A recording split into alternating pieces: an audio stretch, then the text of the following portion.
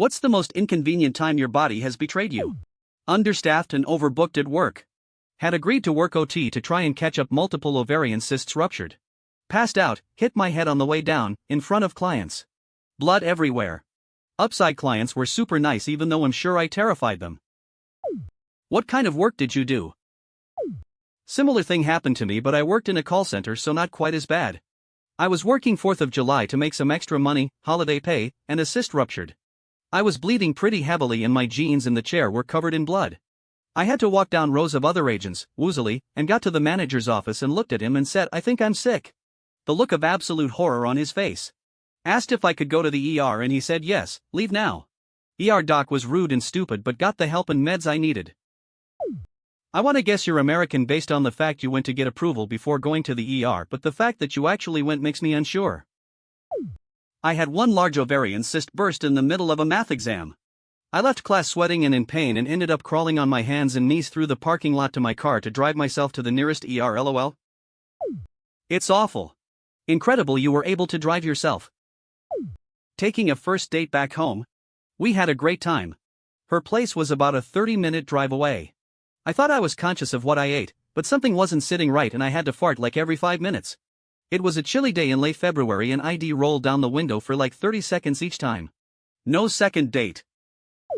Should have stopped for gas. Stopped to gas for the exhaust in the ass. Similar thing happened to me. Back on my first date with my GF, our 1 year is next week. Yes, we went to a well-known restaurant on our city. We both had pizza, then we walked to the beach for a bit before catching the bus back to her dorms. It was winter break, so just her in the dorm. We get there and am desperate for the bathroom. Only for her to tell me that she has to accompany me into the bathroom cause of school policy. This poor woman was in the dorm bathroom with me, not in the same stall while I was blowing my intestines out into the toilet. We still fucked afterwards, LMAO, and now here we are a year later, she lives with me and we have 2 cats. Point being, if this girl couldn't handle a few farts, she wasn't the right one for you, my guy. Also, she is now sitting next to me at the urgent care after I broke my hand last night. She is the best and I love her so fucking much. Hi baby, if you are reading this, I love you. I love that she is by your side for all your emergencies, ha. Wishing you guys all the best. She couldn't wait outside the door? Had to be inside? Probably wasn't the farts. If I liked a guy enough I wouldn't care if he farted a lot while driving. Haha, I'm pretty forgiving, but TBH on a first date it might be enough for me to say an hour. I was supposed to receive a vaccination at my school, but was sick that day, so I had to go to the nearby special needs school to get it the next day. They make you stick around for a bit to make sure you don't have a reaction. So I was in a room full of kids with assorted disabilities, who were already stressed about getting injections. I had a reaction. Full urcist from both ends. Scared the living hell out of the kids and the staff. They made me go to the hospital to get checked out. I was fine, but I'm quite sure I traumatized some kids for life. One small mercy is that it didn't happen at my own school. You can't shit yourself in front of your peers and get away with it. Full urcist, ha, that's so funny. I'm confused. Why were you getting a vaccine when you were still actively sick? Isn't it possible your reaction was just from you being sick? I had a cold, not typhus. I didn't understand. What do you mean, the urcist? In the film The Urcist, the little girl vomits violently and in spectacular form. I did that, but from both ends. I partially tore my Achilles tendon in my sleep. I have CPTSD and was having an intense lucid nightmare.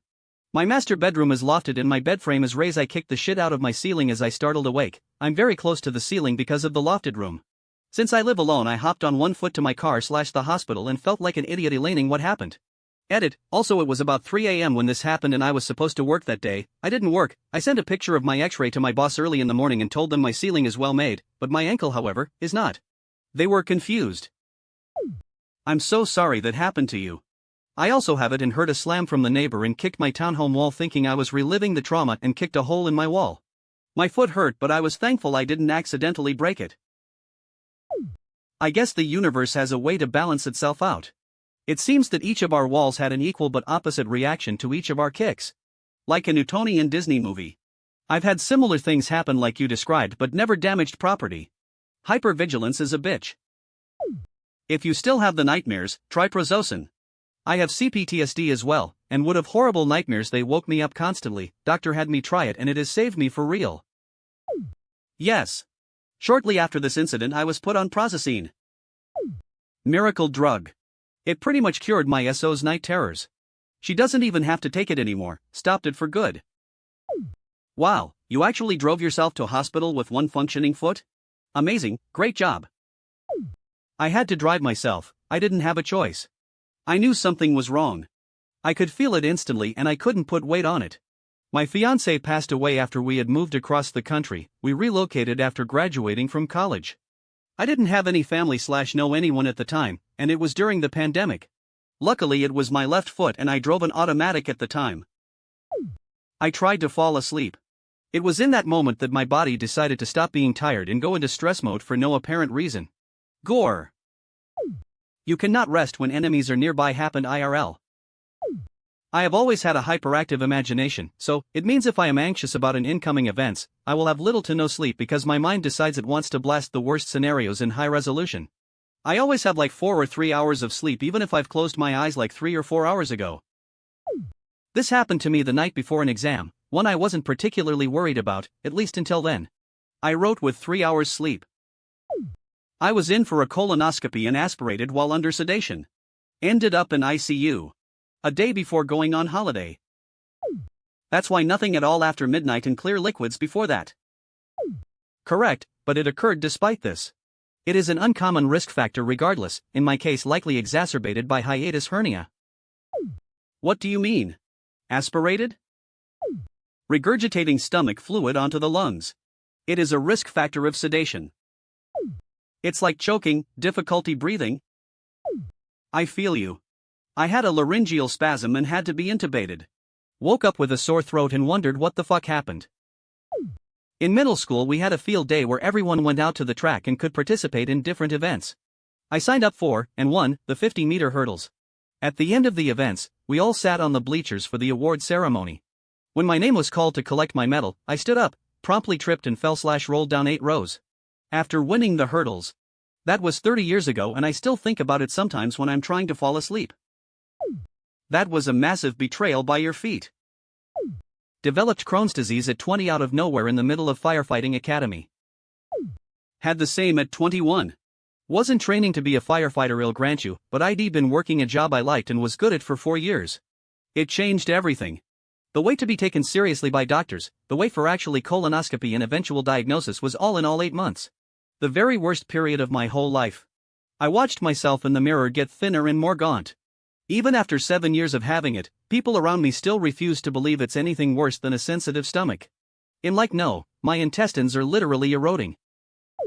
You're too healthy to be sick. I'm glad I still look hot. It took me 45 goddamn minutes to eat one single banana today because of how much pain I was in. Just over 6 years since I was diagnosed. I'm so sorry. My partner has Crohn's and it's so hard. Emo, it's really not talked about enough and people have so many misconceptions about it. I know I did when we first started dating. I didn't think it was that big a deal until he had a flare-up in front of me.